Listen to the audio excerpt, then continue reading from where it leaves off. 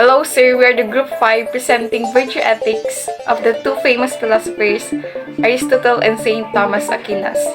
And now Miss Ablin Regino will explain the virtue ethics.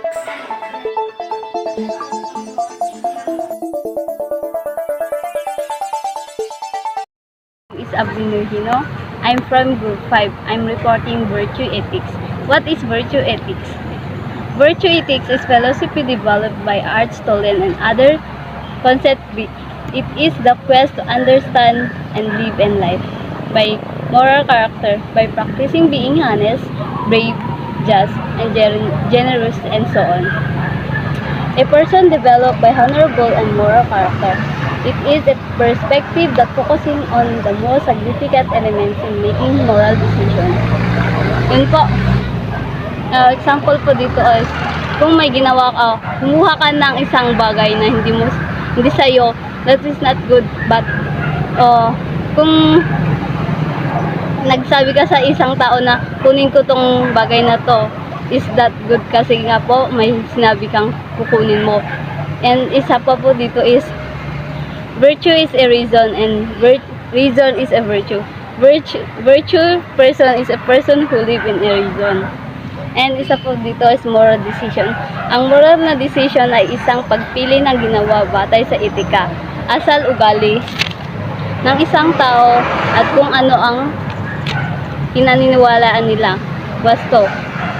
Ang pag-unawa ng mga desisyon, ito ay malamang na hindi lamang makakaapekto sa iyo kapakanan, kundi pati na rin sa kapakanan ng iba. Example po dito is, kung may ginawa kang mali doon is maapektuhan yung mga friends mo, families mo, at yung nakapaligid sa'yo. But, if yung maling ginawa mo yun ay tinama mo, that is not good. Kasi alam ng mga tao na tinama mo na yung mga mali na ginawa mo, kaya hindi na sila maapektuhan sa mga bagay-bagay. Sir, I am Althea Palangdao Soto. I'm the one who explaining Aristotle 384-322 before Christian era. Aristotle is one of the famous Greek philosophers who emphasized fields of knowledge. He is a naturalist. In his philosophy, he emphasized that we must understand first nature works before we begin to make theories. Si Aristotle ay isang famous Greek philosopher. Siya ay isang naturalista. At sa kanyang filosofiya, sabi niya, dapat natin intindihin ang mga gawain bago tayo magsimulang gumawa. And according to him, he had a main theory. He claims that there must be a separate unchanging being that is source of all other beings. In his ethics, he holds that it is only by becoming excellent that could achieve a sort of happiness or blessedness that constitute the best kind of human right. And Aristotle, born in 384 before Christian era in ancient Greece and died on 322 before Christian era on Chalcis, Greece. Good morning sir, my name is Jessica Wanson. I'm represent to you is telos. Telos is a Greek word means purpose. According to him, everything in nature aims at some end. This end is a fulfillment of each thing's function and anything that satisfies is considered good. This idea that everything aims at something that is good is known as theology. Theology explains that the world and everything in it has a designed purpose. What is telos? The word can mean purpose, intent, end, or goal. But as usual, according to Aristotle, the inherent purpose, the ultimate reason for each thing being the way is either created way by human being or nature. Examples: man-made object. These are the things that manufactured or created by human beings. Developed by human more like a processed things. Example of man-made objects, cell phone. Purpose of cell phone, to communicate to your family, friends, co-workers, and indeed most of the world population is instantly. Natural object. They are naturally occurring on Earth and probably not made by a man. Example of natural objects. Land. Purpose of land. To help provide people with basic needs like food, water, shelter. That does not hurt plant or animal species. Humans. Telos of human being is happiness or eudaimonia. Actually something more like fulfillment. Fulfillment of what? Or potential for excellence. Example, the things that make you happy like doing something, skills or talents. Example of human discipline. Purpose of discipline. To correct, not to punish, and work-related behavior and teaching. Teaching them responsible behavior and self-control. Thank you. Good morning, I am Leo Libio Mangliwan, presenting about the virtue as habit. Before we tackle about virtue as a habit, what is virtue? So, virtue is ito yung alam natin kung ano yung tama at mali. It is the quest to understand, live a life of moral character. The character-based approach to morality assumes virtue through practice by practicing being honest, just, generous, and so on. A person develops an honorable and moral character. For example, meron kang kaklase na nag-aas ng tulong regarding doon sa assignment niya and acquired sa'yo yung pagiging virtue at tinulungan mo siya, yun yung isang halimbawa po ng virtue. So, virtue as a habit, according to Aristotle Nicomedean, these virtue are formed in man by his doing the action. So, virtue as a habit, according to Aristotle, is that always directed to do good. It is manifested by our free will, acting in a very deliberate way to give the very best of ourselves. Example po nito is yung habit, paggalang sa kapwa tao. Di ba po minsan, pag dumadalaw tayo sa bahay ng lola natin is nagmamano po tayo. Yun yung kadalasan na ginagawa natin, habit po natin yun. So, another one, according to Aristotle, virtue or excellence from the Greek word arit is essential a kind of disposition to act well or excellently living well. Virtue are special moral qualities and trained behavioral disposition that result in habitual acts of moral goodness. So, having moral virtue involves the developing the following habits. So, right thinking. For example of right thinking is yung sa social media. Isipin mo muna bago mo i-click, or for example, isipin mo muna bago mo siya ipopost kung tama ba ito o mali. For example, kina Zainab, yung issue nila Zainab at Wilbert. Si Zainab po, nawalan po siya ng right thinking. Yung nag-post siya regarding doon sa friend niya daw nag-backstab sa kanya. So, from that situation, si Zainab po ay nawalan po siya ng right thinking. Sana po, inisip niya po muna yung pagpo-post doon about doon sa friend niya. Inisip niya muna yung magiging consequence yun bago niya dapat pinost yun. Para sana po, para sana po ay na-avoid yung issue nila. Sana po ay mas mabuti na lang na kinausap ni Zainab yung kaibigan niya na nag-backstab sa kanya personally para po na-avoidan nila yung issue nila. Pero yung ginawa po ni Zainab is pinost niya po yung about doon sa friend niya at doon nga nagkaroon ng issue. Another one is right choice. Right choice. So, example of right choice is in decision making in career choice. Bago ka pumili ng career ay isipin mo muna kung ano ba talaga yung nababagay sa'yo, kung ano ba talaga yung happiness mo, kung saan ka masaya, kung ano ba talaga yung talent mo na related doon sa career na pipiliin mo, kung saan ano ba talaga yung talent mo. For example, magaling ka sa public speaking, pwede kang maging teacher. Magaling ka sa sports, maging teacher pa din. Sports sa MAPE, ganun, teacher. Major in MAPE, dance, ganun.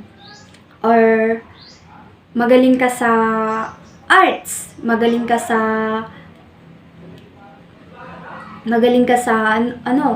sa makipag-socialize sa other people, ay pwede doon ay makakapili ka kung ano ba talaga yung career na pipiliin mo. For example of right behavior is yung meron kang kaibigan, pag pinagkakatiwala ang kaibigan at bina-stab ka niya, sinabi niya sa ibang friend mo na ganto ka, ganyan ka daw, ganun, nagchichismisan ka, pero ikaw ay mas pinili mo na lang na manahimik, hinayaan mo na lang siya. Kahit na ganun yung ginawa sa'yo, ay hindi ka nag-take revenge. Hindi ka din nagsabi ng bad about sa kanya. Ganun, mas pinili mo na lang na manahimik at hinayaan siya. Yun yung example ng right behavior. Aside from Miss Mangliwan have said, here's the other example of virtue as a habit, which are overthinking and being coward. And mostly students have this and they consider this as a habit because of their emotions. Dadapo naman tayo dito sa two kind of reasoning according to Aristotle. Theoretical reasoning. It answers the question, what is good? Simply knowing the fact, however, will not make us moral. For example, it is not our intention to do things that make us unmoral, but it is for the good.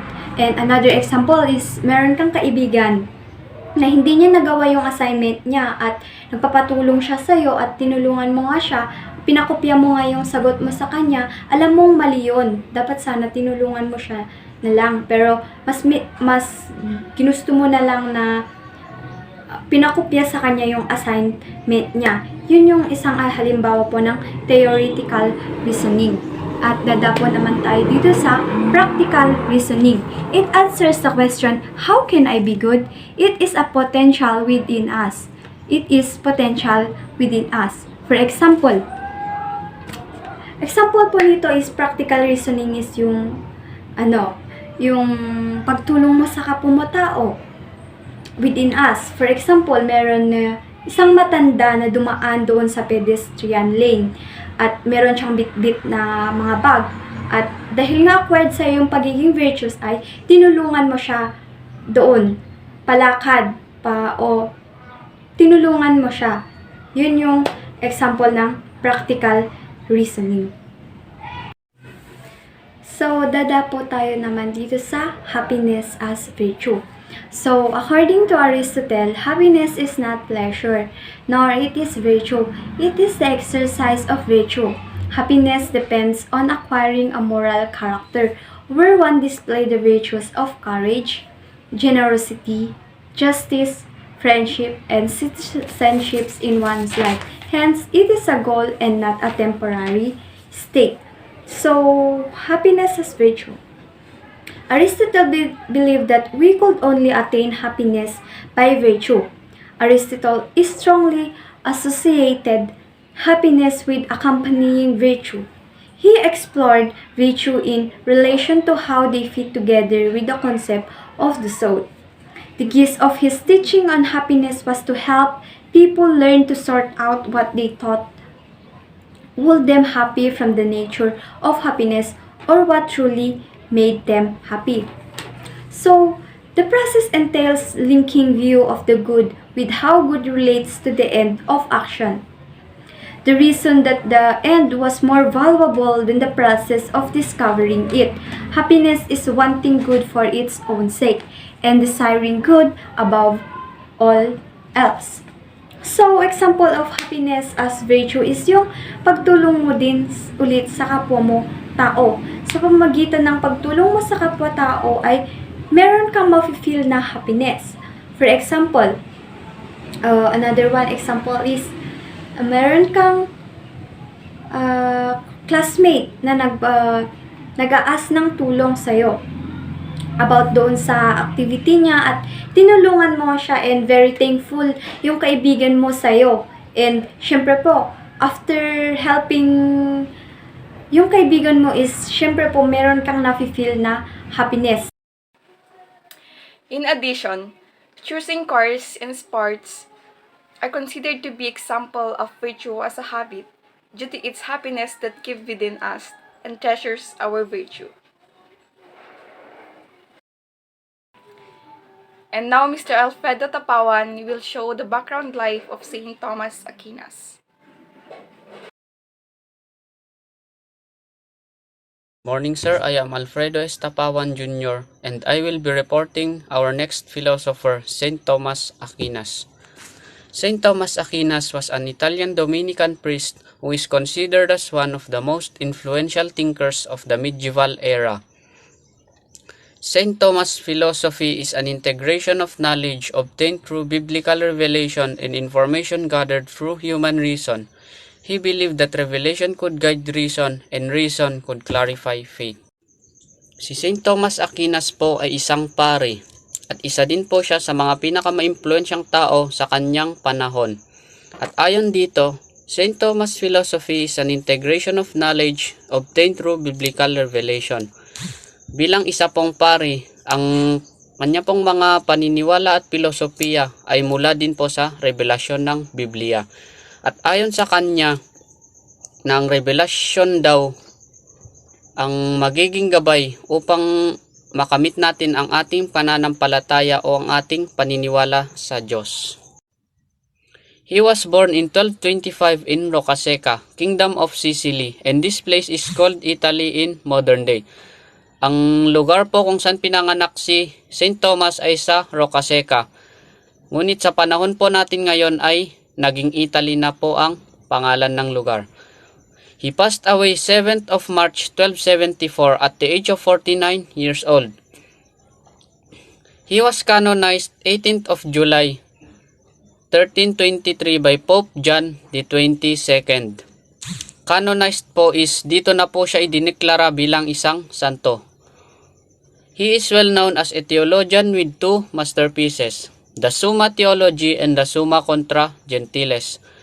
At ang librong po ito ay isinulat niya upang mas maipaliwanag ang paniniwalang Kristiyano at upang maipalaganap ang kahalagahan nito bilang isang estudyante o tao. Although the purpose of his discussion is centered on natural law, it is deemed necessary to have an overview of the other laws to see if the interrelationship that exists among them. He distinguishes the four kinds of law. And here are the four types of law according to Saint Thomas Aquinas: the eternal law, natural law, human law, and the divine law. The first type of law according to Saint Thomas Aquinas is the eternal law. This refers to laws that govern the nature of the external universe. These eternal laws determine the way things such as animals, planets behave, and how humans should behave. So ito pong mga batas na ito ay ginawa upang bigyan tayo ng gabay sa kung paano tayo kumilos at upang malaman din natin kung ano ang tama at mali. For example, the Ten Commandments. Ang mga utos ng Diyos po ay ginawa niya upang sa ganun po ay mas bigyan tayo ng gabay upang malaman natin na ang ating ginagawa ay tama at mali. The second type of law according to St. Thomas Aquinas is the natural law. Refers to laws that flow from external law and govern the behavior of human beings for them to achieve eternal salvation. So tulad din po siya ng eternal law, nagbibigay din po ito ng gabay sa atin upang alam natin ang tama at mali. Halimbawa nito ay ang government law. Ang government law po natin ay ang nagbibigay ng gabay sa isang bansa upang bigyan ng kaayusan at protection ang mga tao dito. At ang halimbawa po ng isang government law ay ang RA 9262 or ang Anti-Violence Against Women and Their Children. So ito pong batas na ito ay naglalayon pong bigyan ng proteksyon ang mga kababaihan at kabataan laban sa mga kapahamakan o kahit sino mang tao na magtatangkang manakit sa kanila. The third type of law according to St. Thomas Aquinas is human law. This refers to laws based on costumes which tend to vary from place to relative to the society which developed them. So these laws are simply laws that are made by humans. For example, curfew.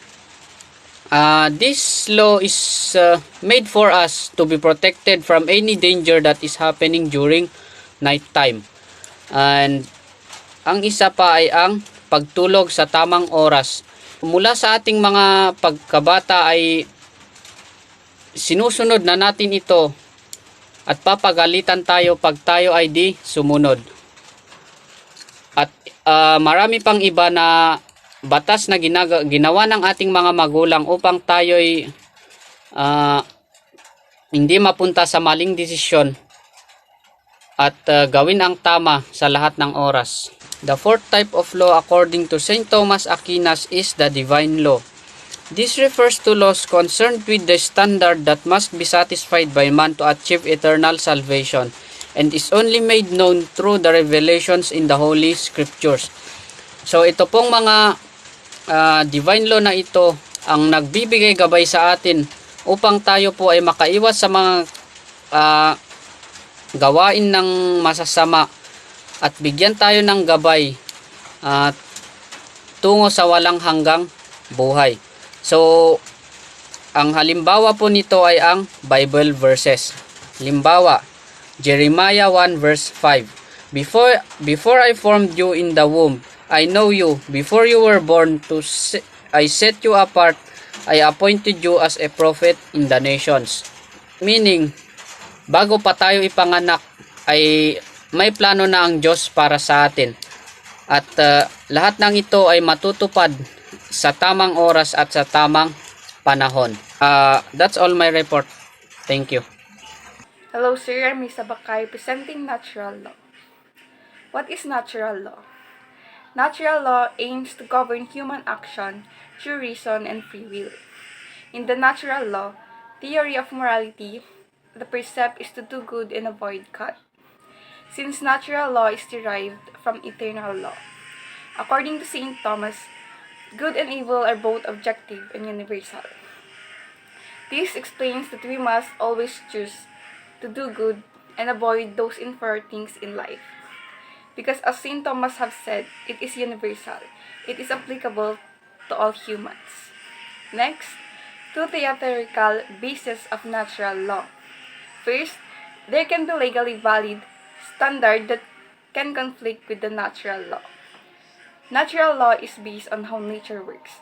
For example, our home policies or school regulations, they are all based on how nature works to precaution ourselves from danger. And yes, all valid law derive the force and authority they have from natural law. Law that are just always based on the natural laws. Those force and authority laws are all made or existed to promote justice. St. Thomas explained that the natural law serves as a man's participation in internal. St. Thomas believes that man's pursuit of happiness depends on him, a virtuous human being. This explained that following natural law lead us human being to experience or encounter happiness and freedom that we deserve in life. St. Thomas Aquinas' tenets, which is good is to be done and pursued, and evil avoided. As I've already said, that we must always choose doing good and evil avoided. For example, helping other people who are in needs, which is doing good, and avoiding crimes or committing crimes because we already know within ourselves that is against our law and it must be avoided. Happiness as constitutive of moral and cardinal virtues. According to Saint Thomas Aquinas, happiness as a constitutive of moral is a metaphysical commitment about rational capacities and the structure of practical deliberation, rather than claim about anyone's individual psychology. No one has to endorse or express a personal commitment to happiness in order for Aquinas' theory to be true.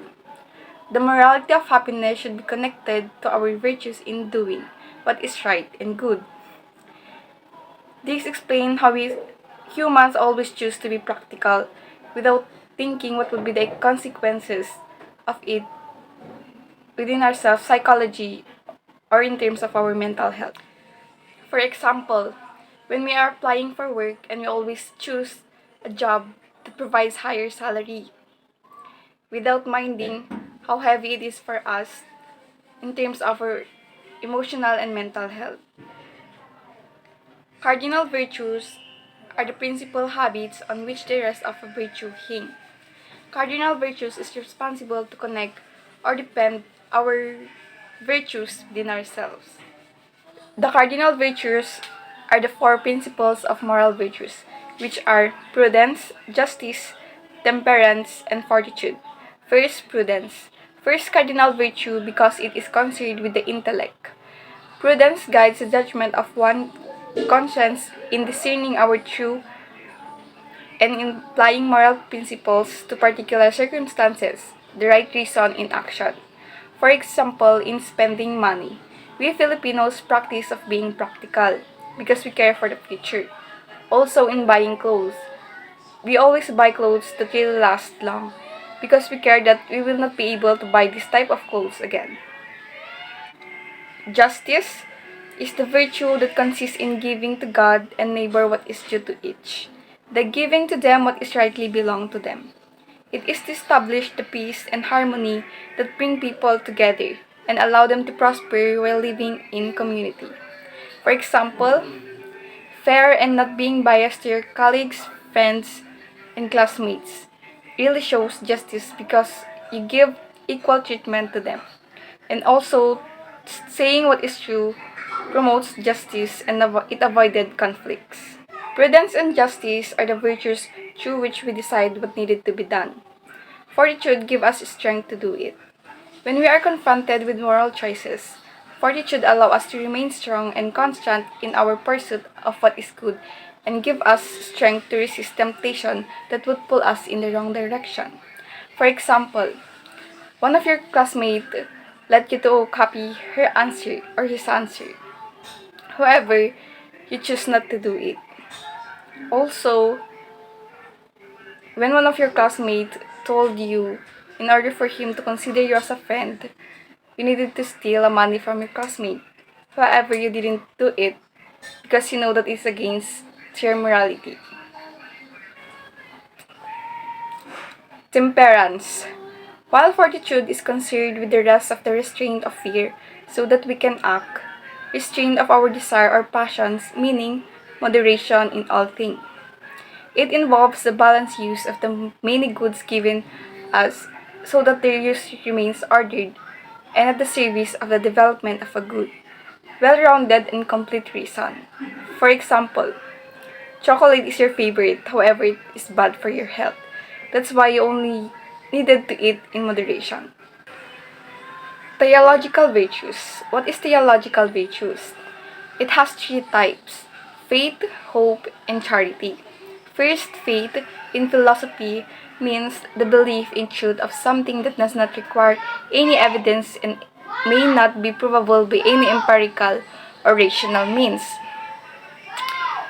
Faith comes with clues, however, we are not aware of it, and it happens real many times in our life. Next, hope. It is hope for good rather than fear of suffering that moves us. Hope is the feeling that we always hold on to when we are experiencing our ups and downs because it enlightens our dark emotions. Charity. Defined Saint Thomas, it is a supernatural friendship with God and our neighbor. This shows how we care or help our neighbors without asking or receiving anything.